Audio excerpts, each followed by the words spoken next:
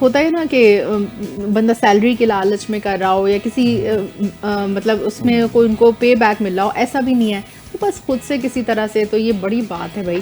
تو چلتے ہیں کچھ خبروں کی جانب، انٹرنیشنل اور نیشنل اپڈیٹس لیتے ہیں. آج کی جو ہماری پہلی ٹاپ سٹوری ہے وہ بلوچستان سے ہم شامل کرتے ہیں، جس کے ضلع کیچ کے علاقے شیر بندی میں سینیٹائزیشن آپریشن کے دوران IED دھماکہ ہوا، جس کے نتیجے میں پاک فوج کے 5 جوان شہید ہو گئے. اور ISPR کے مطابق شہید ہونے والوں میں کیپٹن وقار احمد، نائک عصمت اللہ اور لانس لائک جنید احمد شامل ہیں.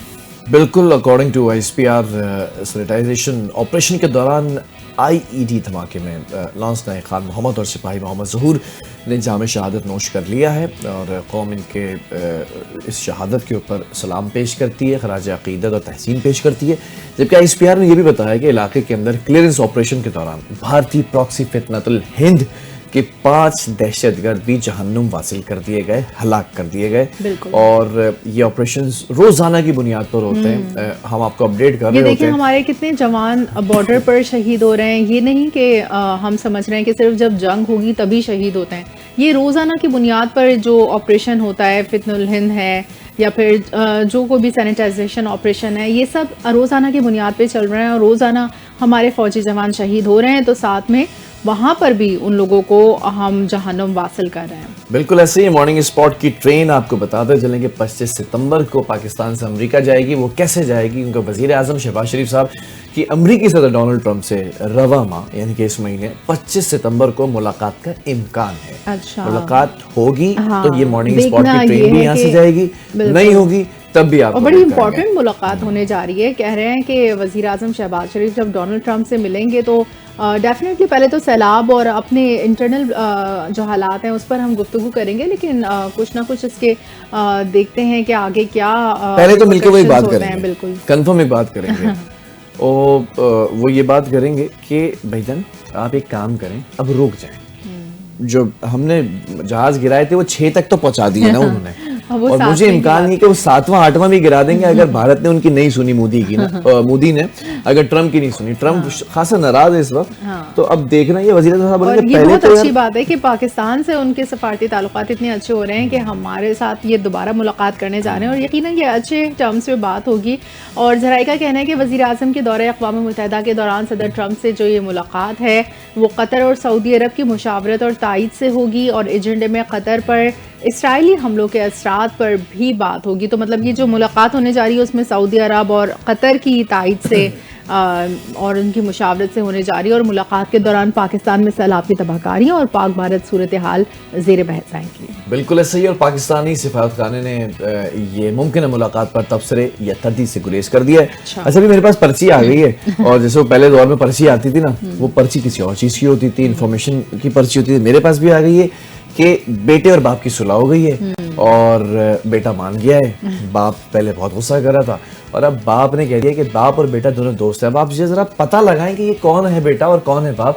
جب تک ہم اس ٹرین کو مارننگ اسپاٹ کے لے کے جا رہے ہیں اقوام متحدہ کے اندر، اور پاکستان کا اقوام متحدہ کے اندر اسرائیل کی رکنیت معطل کرنے کی تجویز کی حمایت کا اعلان، اور اسرائیل کو جنگی جرائم پر کٹہرے میں لانا ہوگا، جبکہ ورنہ تاریخ معاف نہیں کر سکے گی. بالکل. پاکستان اسرائیل جارحیت کی بھرپور مذمت کرتا ہے. اسرائیل نے قطر کی خود مختاری اور سالمیت پر حملہ کیا اور قطر کے ساتھ مکمل یکجہتی کا اظہار کرتے ہیں. وزیر اعظم شہباز شریف نے عرب اسلامی سربراہی اجلاس سے خطاب کرتے ہوئے کہا کہ اسرائیلی جارحیت کے ذریعے امن کی کوششوں کو دشکا لگائے، اور بجائے خاموش رہنے کے ہمیں متحد ہونا چاہیے. اور وزیر اعظم نے UN سیکیورٹی کونسل سے غزہ میں فوری سیز فائر کا اور رسائی کا مطالبہ کیا ہے.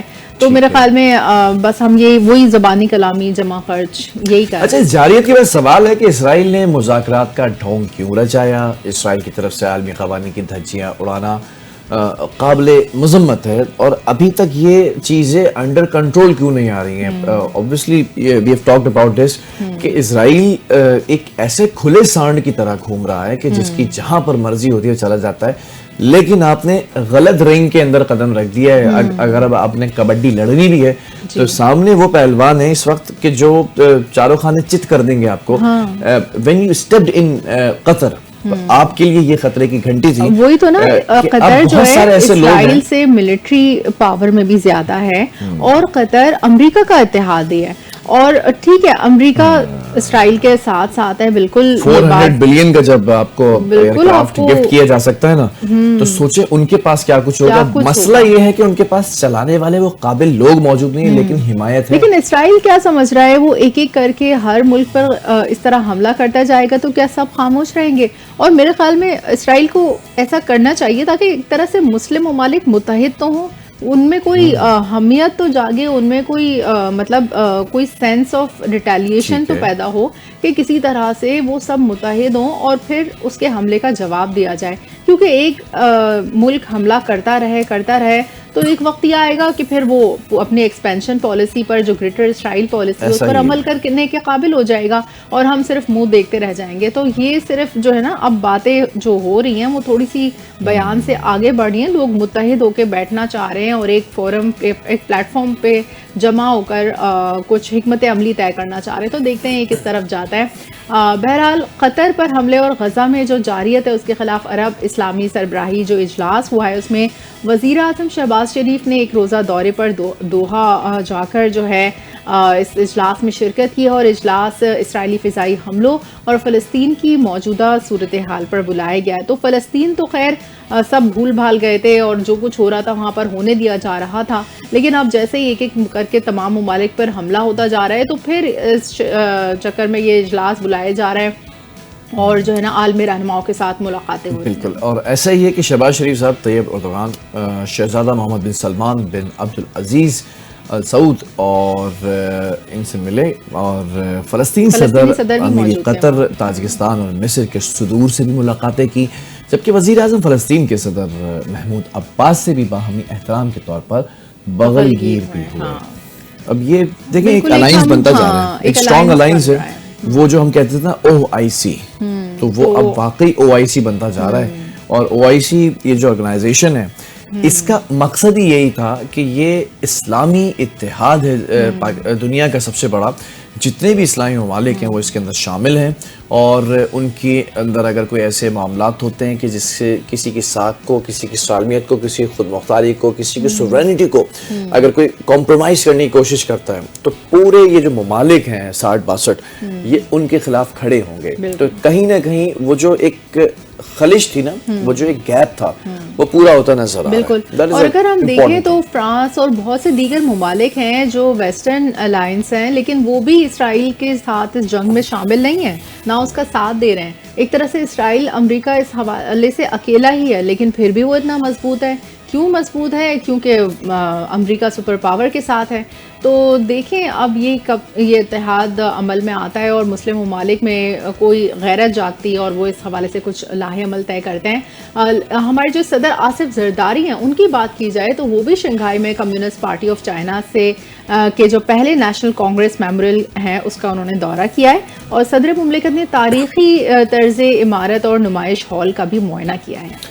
بالکل, نمائش میں تاریخی نوادرات اور تاریخی ورثے کے تحفظ کو سراہا گیا. یہ بھی کہا گیا کہ کمیونسٹ پارٹی آف چائنا کی یادگار کا دورہ میرے لیے ایک بہت بڑا اعزاز ہے. یہ اعزاز کی بات ہے. صدر شی جن پنگ کی بصیرت افروز قیادت نے دوستی کی رفتار کو بھی تیز کر دیا. دیکھیں پاک چن شوئے مان سوئے یہ چائنیز میں کہا کرتے تھے, اور جب 80 کی دہائی میں یا 90 کی دہائی میں 90s میں اور 80s میں چائنیز یہاں پر آتے تھے اور پاکستانی جو ہائیسٹ ڈیلیگیشن ہوتا تھا تو وہ پورے سڑکوں کے اوپر نا گاڑی کے اندر وہ وزٹ کیا کرتے تھے اور پاکستانی بچے اسکولز کی چھٹیاں ہوتی تھیں اور اسکولز کے بچوں کو لے جا کر وہاں پر کھڑا کرتے تھے اور وہ پھر یہ نعرے لگاتے تھے پاک چین جو ہے وہ بھائی بھائی یا پاک چین دوستی سلامت ہے, اس طرح کے نعرے لگائے جاتے تھے. اب صدر شی کے جو ویژن ہے اس کی بدولت چین بڑی عالمی اقتصادی طاقت بن چکا ہے اور ابھی آپ دیکھ سکتے ہیں کہ چین is one of the most biggest power in the world.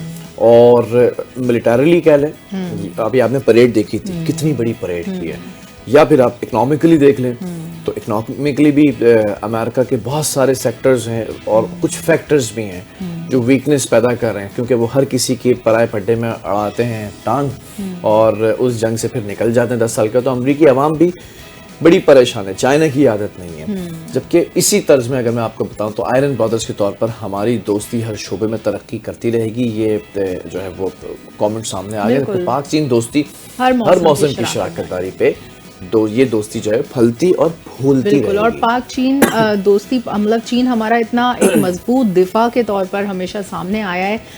ایسا ہمارا یہ دوست ہے کہ اگر ہم اس دوست کے ساتھ رشیا کو بھی ملا لیں اور مسلم کنٹری سے ملا لیں تو سوچیں کتنی بڑی ملٹری مائٹ بن جائے گی.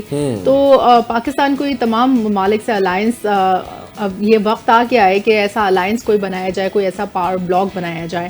بہرحال ہم بات کریں گے اب خیبر پختونخوا حکومت کی. اچھا آپ دیکھیں بلال, یہ خبر سامنے آئی ہے, ایک بہت اہم فیصلہ سامنے آیا ہے. اسلام آباد کے قریب جو ہے نا ضلع ہری پور میں نئے کے پی ہاؤس کی تعمیر کا منصوبہ بنایا جا رہا ہے. اور جو پہلے آپ کو پتا ہے بنی گالہ میں یہ پختونخوا ہاؤس ہوتا تھا, اب نیا پختونخوا ہاؤس جو ہے کے پی ہاؤس وہ اسلام آباد سے 20 منٹ کی مسافت پر ہوگا. پرانے والے کو کیا ہوا؟ پرانے والے کے ساتھ کچھ تجاوزات کا مسئلہ چل رہا تھا نا. سرکاری ریکارڈ کے مطابق اس منصوبے کو سالانہ ترقیاتی پروگرام کے اندر شامل کر لیا گیا ہے, جس کی کل لاگت 500 ملین روپے جو ہے مقرر کر دی گئی ہے, جبکہ ابتدائی طور پر 250 ملین روپے رواں مالی سال کے لیے مختص کیے گئے ہیں. کے پی کے حکومت کی دستاویزات کے مطابق صوبائی حکومت نے ڈپٹی کمشنر ہری پور کو سرکاری زمین کی نشاندہی بھی جو ہے وہ کر دی ہے, اس کی ذمہ داری سونپ دی ہے, جبکہ chief engineer, secretary commissioner, Hazara division اور جو دیگر محکمے ہیں نا ان کو بھی یہ الرٹ اور نوٹسز اور احکامات جاری کر دیے گئے ہیں, جو واللہ عالم ان کی ایک پورا ایک پروٹوکول ہوتا ہے. اب یہ منصوبہ فی الحال زمین کی نشاندہی اور کاغذی کارروائی کے مرحلے میں ہے, لیکن اگلا مرحلہ یہ کنسٹرکشن ہوگا اور ایگزیکیوشن کا ہوگا. بالکل, منصوبے کی جو تکمیل ہے اس کے لیے ڈیزائن تیار کر لیا گیا ہے. ٹھیکہ کمپنی کے تعین کے بعد عملی کام کا آغاز متوقع ہے.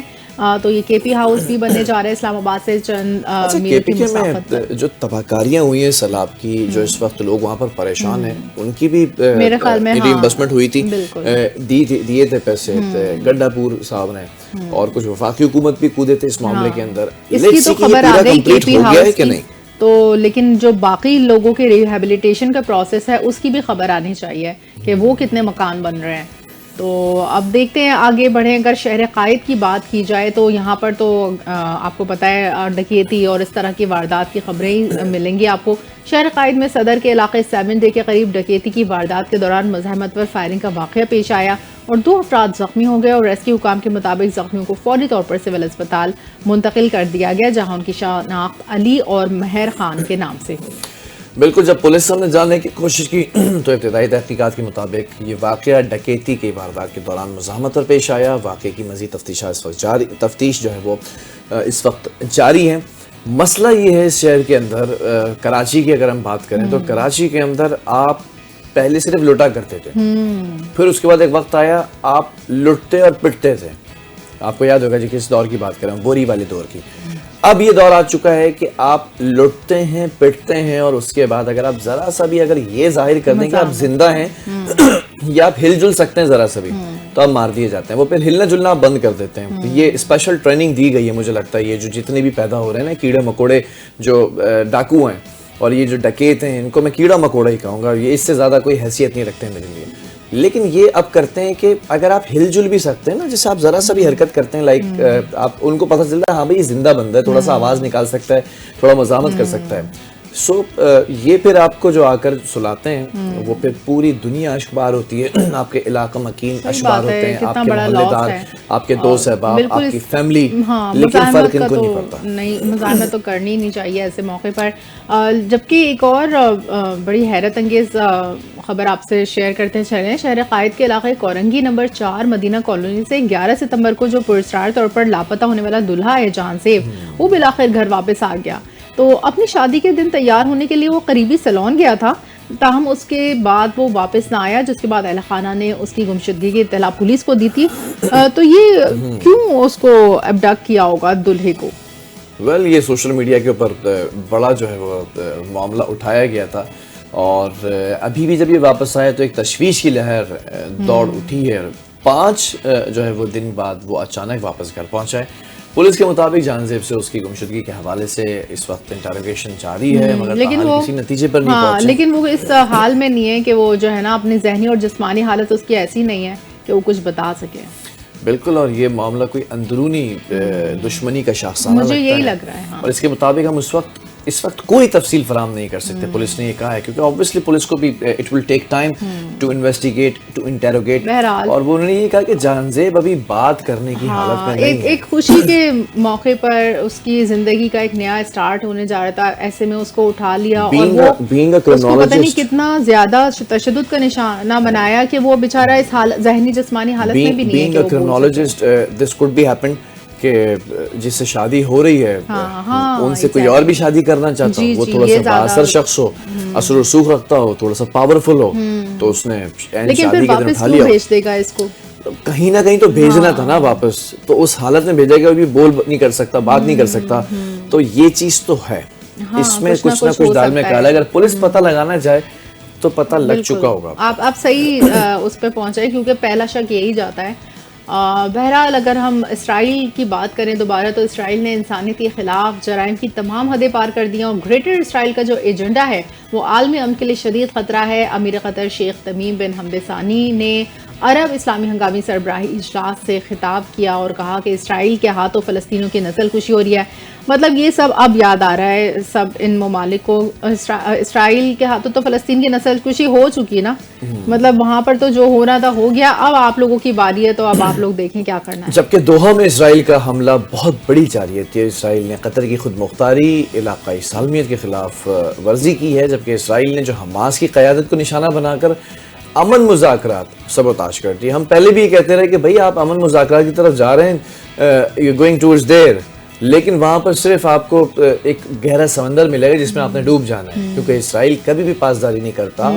اس کا بیک گراؤنڈ, اس کا ریکارڈ یہ بتاتا ہے کہ وہ یہاں پر سیز فائر ہوتا ہے اور وہاں پر ایک میزائل داغ دیتا ہے. اور یہی بات اب قطر بھی کہہ رہا ہے. جبکہ مسلم ممالک کی اگر بات کریں نا, تو اگلی خبر بھی ہماری یہی کہ مسلم ممالک کے سربراہان کا جارحیت کے لیے اسرائیل کو جواب دہ ٹھہرانے کا مطالبہ, اور اسرائیل نے تمام ریڈ لائنز کراس کر لی ہیں. اب یہ پوری دنیا بھی کہہ رہی ہے, مسلم ممالک بھی کہہ رہے ہیں. اب عراق کے وزیر اعظم بھی یہ کہہ رہے ہیں کہ جو کہ محمد شیع السودانی ہیں, انہوں نے خطاب کرتے ہوئے کہا ہے کہ اسرائیلی جارحیت نے خطے کے مسائل کو سنگین کر دیا ہے, اور یہ اس طرح کر دیا ہے کہ یو ول نیور نو کہ وہ اسرائیل جو کہ ایک خاموش دبا ہوا سہما ہوا آج سے 50-60 سال پہلے بیٹھا ہوتا تھا, اس نے ایک ظلم کی داستان رقم کی, بربریت کی داستان رقم کی. اس کے بعد وہ کھلے سانڈ کی طرح ایک سپر پاور کے جو ہے وہ شیلٹر میں آ کر سب کچھ کرتا رہا. آج وہ کسی بھی ملک میں صرف اس بیس پر حملہ کر سکتا ہے کہ وہاں پر دہشت گرد موجود ہے, اور دہشت گرد بھی کون ہے یہ بھی آئیڈینٹیفائڈ نہیں ہے کہ وہ فریڈم فائٹرز ہیں, وہ جہادی ہیں یا دہشت گرد ہیں. وہ کسی ملک میں گھس سکتا ہے. دیٹس الارمنگ تھنگ کہ وہ کسی بھی بیس بنا کر جا سکتا ہے. اور امریکہ نے ایک بار پھر اسرائیل کی غیر متزلزل حمایت کا اعلان کر دیا. میں نے کہا نا امریکہ ہے ہی اسرائیل کے ساتھ. یہ جو قطر پہ حملہ ہوا اس میں جو مذمت کی ہے ڈونلڈ ٹرمپ نے, یہ اس کی کوئی وہ نہیں ہے, مطلب اوتھینٹسٹی نہیں ہے اس بات میں. وزیر خارجہ مارکو روبیو نے اسرائیلی وزیر اعظم نیتن یاہو کے ساتھ پریس کانفرنس میں کہا کہ امریکی صدر ٹرمپ چاہتے ہیں کہ غزہ جنگ اسرائیلی غیر حمالیوں کی رہائی کے ساتھ ہمیشہ کے لیے ختم ہو جائے, اور غزہ کے لوگ ایک بہتر مستقبل کے مستحق ہیں, اور یہ بہتر مستقبل اس وقت تک شروع نہیں ہو سکتا جب تک حماس کا خاتمہ نہیں ہو جاتا. تو حماس کو یہ بیس بنا کے فلسطین پر اسی طرح حملے کرتے ہیں. جبکہ یہ جو نیتن یاہو ہے اس نے ٹرمپ کی تعریف بھی کر دی اور انہیں سب سے بڑا دوست بھی قرار دیا ہے. اور جو مارکو روبیو ہیں جو آج کل اسرائیل کے منہ بولے فادر ہیں, اور ان کے پاس امریکی بھی ایک عہدہ ہے بڑا, یہ ایک واضح پیغام تھا کہ امریکہ اسرائیل کے ساتھ کھڑا ہے. آپ کہیں بھی کسی کے ساتھ بھی کھڑے ہو جائیں, آپ ہمیں بالکل پسند نہیں ہیں. جبکہ یہ جو معاملہ ہے نا یہ ابھی آہستہ آہستہ کھلے گا. وہ جو لیئرنگ ہوئی ہے نا سب کے چہروں پر, وہ کھلے گی کہ کون کس کی سائڈ ہے. And you know what I am talking about. جن لوگوں کو پیغام دینا ہے, یو نو ایگزیکٹلی کہ آپ there is no grey area, there is white and only black. there is no gray area. یا تو آپ ادھر ہیں یا تو آپ ادھر ہیں. there is no in between. کوئی نیوٹرل نہیں ہوتا اس میں. نیوٹرل سے یاد آیا, نیوٹرل تو امپائر ہوتا ہے, اور امپائر اگر نیوٹرل نہ ہو تو کیا ہوتا ہے؟ تو یہ ہوتا ہے جو ہم آپ کو بتانے جا رہے ہیں کھیلوں کی خبروں میں, کہ ریفری نہ بدلا گیا تو پاکستان ایشیا کپ کے مزید میچز نہیں کھیلے گا. تو پی سی بی نے میچ ریفری اینڈی پال کرافٹ کو ہٹانے کا مطالبہ کیا ہے. بالکل ایسا ہی ہوتا ہے. نیوٹرل صرف امپائر ہوتا ہے, اور اگر امپائر نیوٹرل نہ ہو تو پھر میچ ریفری کرکٹ کی اسپرٹ کے خلاف اقدامات اسی طرح جیسے پاکستان پی C B chairman Mohsin Naqvi صاحب نے آواز اٹھائی ہے، اسی طرح انہوں نے سخت موقف بھی اپنایا اور یہ کہہ دیا، خاص طور پر یہ کہا کہ آئی سی سی کو ضابطۂ اخلاق کی خلاف ورزی پر باضابطہ شکایت کرتی ہے. واٹ اے سینٹنس، یہ بڑا خوبصورت سینٹنس تھا. جبکہ ریفری کا یہ رویہ ناقابل قبول تھا، فوری طور پر کارروائی کی جائے. ابھی آپ کو بتاتے ہوا کیا تھا. ایشیا کپ کے اندر پاکستان کے شریک ریفری کے فیصلے سے مشروط شرکت جو ہے اس کی ریفری کا جو فیصلہ تھا وہ مشروط کر دی گئی. ہو یہ رہا تھا کہ انڈین بالر جیسے ایسا لگتا ہے نا کہ وہ کسی کو سوئی پہ بٹھا دے تو کیسے چیختے ہیں، تو وہ چیخ بھی نہیں نکل رہی تھی اور امپائر کی انگلی اٹھتی چلی جا رہی تھی. 3 ریویوز جو لینے ہوتے ہیں وہ لیے، وہ تینوں امپائر کے غلط نکلے، اس کو اپنا فیصلہ چینج کرنا پڑا. اور اس کے بعد بھی بہت سارے لوگ یہ کہہ رہے ہیں کہ یہ جو اس کے بعد جتنے آؤٹس دیے گئے اس کے اندر کہیں نہ کہیں شکوک و شبہات ہیں، کیونکہ اب آپ کے پاس جو ہے وہ بالکل ریفری تو پھر چینج ہونا معاملہ چاہیے ہوتا تاکہ ہے، اگر نیوٹرل نہیں آپ لگ رہا ریویو لے سکتے ہیں، وہ ختم ہو جاتا ہے. پھر جو امپائر انگلی اٹھائے گا تو آپ کو پویلین لوٹ کر جانا ہے. تو یہ امپائر کو اتنی زیادہ جلدی تھی کہ ایسا مجھے لگ رہا تھا کہ شاید اسے گھر جانا ہے، یا تو مجھے ایسا فیل ہو رہا تھا بڑی معذرت کے ساتھ کہ کانسٹیپیشن ہے یا کوئی اور مسئلہ ہے ڈائریا کا. تو وہ ایسا لگ رہا تھا کہ بہت جلدی میں تھے صاحب. اچھا، مطلب چیخ سے پہلے انگلی اٹھ جاتی تھی. صحیح مطالبہ سامنے آیا ہے. اور ایشیا کپ میں 2 میچز کھیلے گئے ہیں جس میں سری لنکا یو اے ای نے میدان مار لیا ہے. 7ویں میچ میں متحدہ عرب امارات نے عمان کو 42 رن سے شکست دی ہے اور یو اے ای نے پہلے کھیلتے ہوئے مقررہ 20 اوورز میں 5 وکٹوں پر 172 رنز بنائے. بالکل جواب میں عمان کی پوری ٹیم 130 رنز پر ڈھیر ہو گئی ہے، جبکہ یو اے ای یعنی کہ یونائٹڈ ایمریٹس عرب امارات، ان کے جو جنید صدیقی ہیں انہوں نے تباہ کن بالنگ کرتے ہوئے 4 وکٹیں صرف 23 رنز دے کر حاصل کی ہیں. جبکہ دوسرا میچ سری لنکا اور ہانگ کانگ کے درمیان ہوا. اوبویسلی یو نو کہ کون کیا کرتا ہوگا ان دونوں میچز کے اندر. سری لنکا نے ہانگ کانگ کو 4 وکٹوں سے شکست دے دی which is understood. اور 150 رنز کا ہدف سری لنکن ٹیم نے 6 وکٹس کے نقصان پر پورا کر لیا. 6 بھی زیادہ گر گئی مجھے لگ رہا ہے، زیادہ ہی ہو گئی. اور اب تھوڑے سے موسم کی صورتحال جان لیتے ہیں. کراچی کے مختلف علاقوں میں صبح سویرے ہلکی بارش ہوئی. موسم کتنا خوشگوار ہو گیا، آپ نے دیکھا آئی چندری گڑھ روڈ، صدر گارڈن، یہاں پر بارش ہوئی. اور دوسری جانب محکمہ موسمیات کی جانب سے آج سے 19 ستمبر تک ملک کے بالائی علاقوں میں وقفے سے بارش کی پیش گوئی کی ہے. بہرحال ہمیں بالائی علاقوں میں تو ہوتی رہتی ہے بارش، لیکن کراچی میں موسم خوشگوار ہو گیا، یہ بہت پیارا لگ رہا ہے. بالکل. اور آپ کو اب ہم بڑی امپورٹنٹ نیوز یہاں پر دیتے چلیں کہ آج سے ہمیں ایک بابا جی نے جوائن کر لیا ہے جو کہ روزانہ جو موسم کا حال ہے نا وہ بابا جی موسم کا حال بتائیں گے. تو بابا جی نے کان میں بتا دی، وہ نہیں کہتے گپے گوشی کرتے ہوئے اور خاموشی سے جو ہے وہ سرگوشی کرتے ہوئے کان میں بتا دیا. انہوں نے یہ کہا ہے کہ بھائی بابا جی کہہ رہے ہیں موسم کے لیے کہ خیبر پختونخوا، کشمیر، گلگت بلتستان، اسلام آباد اور پنجاب چند مقامات پر موسلادھار بارش کا امکان بھی ہے. بابا جی نے یہ بھی بتایا کہ سندھ کے بیشتر علاقوں کے اندر موسم خوش رہنے کا امکان ہے، جبکہ ساحلی علاقوں کے اندر جو مطلع ہے یعنی کہ جو بادلوں والا جو ماحول ہے وہ جزوی ابر آلود رہے گا. بلوچستان کے بیشتر علاقوں کے حوالے سے بابا جی کہتے ہیں کہ مطلع جزوی ابر آلود رہے گا، جبکہ پی ڈی ایم اے نے خیبر پختونخوا میں جو جھیلیں ہیں وہ پھٹنے کے خدشات پر بھی الرٹ جاری کر دیا ہے. اور یہ بات آپ کو یاد ہے کہ جب ہم بات کر رہے تھے کہ یہ اتنا زیادہ ریلا اوپر پہاڑوں سے کیوں آ رہا تھا، پورے پہاڑ کے پہاڑ پھٹتے نظر آئے، تو گلیشیئرز جو ہوتے ہیں ان میں گیس ہوتی ہے. پانی تو ہوتا ہی ہے لیکن گیس ہوتی ہے. جیسے ہی وہ گیس ایکسپلوڈ کرتی ہے تو وہ پورا پہاڑ نما جو گلیشیئر ہوتا ہے مطلب کافی ہائٹ میں بڑے ہوتے ہیں، ڈیپتھ میں کافی گہرے ہوتے ہیں اور چوڑائی میں کافی چوڑے ہوتے ہیں. وہ جب گیس پوری ایکسپلوڈ ہوتی ہے تو پورا گلیشیئر پھٹتا ہے. تو پانی ایسا لگتا ہے جیسے کہ آپ نے دیکھا کلاؤڈ برسٹ کی کیا کنڈیشن ہوتی ہے، ایسے ہی گلیشیئر برسٹ کی کنڈیشن ہوتی ہے. تو یہ جو ابھی کہا کہ جھیلیں پھٹنے کی ایک الرٹ جاری کیا گیا ہے، اس سے بھی طغیانی کی کیفیت آ سکتی ہے کے پی کے اندر. اور اب آگے بڑھ کے لائف سٹائل اور ہیلتھ سیگمنٹ پہ اگر ہم بات کریں تو آپ ذرا تصور کریں اس ماں کو جس کی گود میں بچہ ہے، جو بول بھی سکتا ہے، ہنس بھی سکتا ہے، خواب دیکھتا ہے مگر چل نہیں سکتا، کسی حادثے کی وجہ سے نہیں بلکہ کسی قدرتی بیماری کی وجہ سے. اور یہ چھوٹا سا اگر آپ اس کو قطرہ وقت پر نہ دے سکے تو یہ ہے پولیو کا ایک ایسا وائرس جو معصوم بچوں کی زندگی بھر کے لیے معذوری کا شکار بنا دیتا ہے، اور ایسی معذوری جس کا کوئی علاج نہیں، صرف بچاؤ ہے. بالکل. اور یہ ایک بہت امپورٹنٹ میسج ہے. اور صحت کے حوالے سے بھی خاص طور پر جو انٹیریئر ایریاز چاہے سندھ ہو، کے پی کے ہو، پنجاب ہو، بلوچستان ہو، گلگت بلتستان ہو یا پھر ہماری شہر سے قریب کشمیر ہو، جتنے بھی جو ایریاز ہیں انٹیریئر یا پہاڑی علاقے یا سمندری جو دریائی علاقے ہیں ان علاقوں کے اندر ہم نے اکثر دیکھا ہے کہ شکایات ملتی ہیں کہ والنٹرلی جب لوگ جاتے ہیں وہاں پر رضاکار تو وہ منع کر دیتے ہیں اور یہ تواتر کے ساتھ پلانے ہوتے ہیں قطرے. افسوس کی بات یہ کہ دنیا کے بیشتر ممالک سے پولیو کا خاتمہ ہو چکا ہے. پاکستان اور افغانستان کے اندر یہ معاملہ ہے اور پاکستان میں آج بھی جو ہے وہ یہ پولیو کا وائرس ابھی تک جوں کا تو سانس لے رہا ہے. ہم ترقی کے بڑے بڑے دعوے تو کرتے ہیں مگر جب ایک قطرہ پلانے کی بات آتی ہے تو کہیں لا علمی, کہیں غلط فہمیاں اور کہیں بے حسی. یہ بھی تو کہتے ہیں کہ کل کو بچہ تو چلنے پھرنے کے قابل ہو جائے گا لیکن ایک غلط فہمی ہے کہ بچہ چلنے پھرنے کے قابل ہو جائے گا لیکن بچہ شاید اپنی نسل آگے نہ بڑھا سکے. تو اٹس اے میتھ, یہ کمپلیٹلی فالس فیلئر ہے. یہ ایسا کچھ بھی نہیں ہوتا, میڈیکلی سائنٹیفکلی پروون ہے. زیادہ یہ اگر آپ کے ذہن میں چلو یہ خیال بھی آ رہا ہے تو کیا یہ اس سے زیادہ ہے کہ آپ کا بچہ چل پھر نہ سکے؟ اگر وہ چل پھر نہ سکے گا اس کو شادی کون کرے گا؟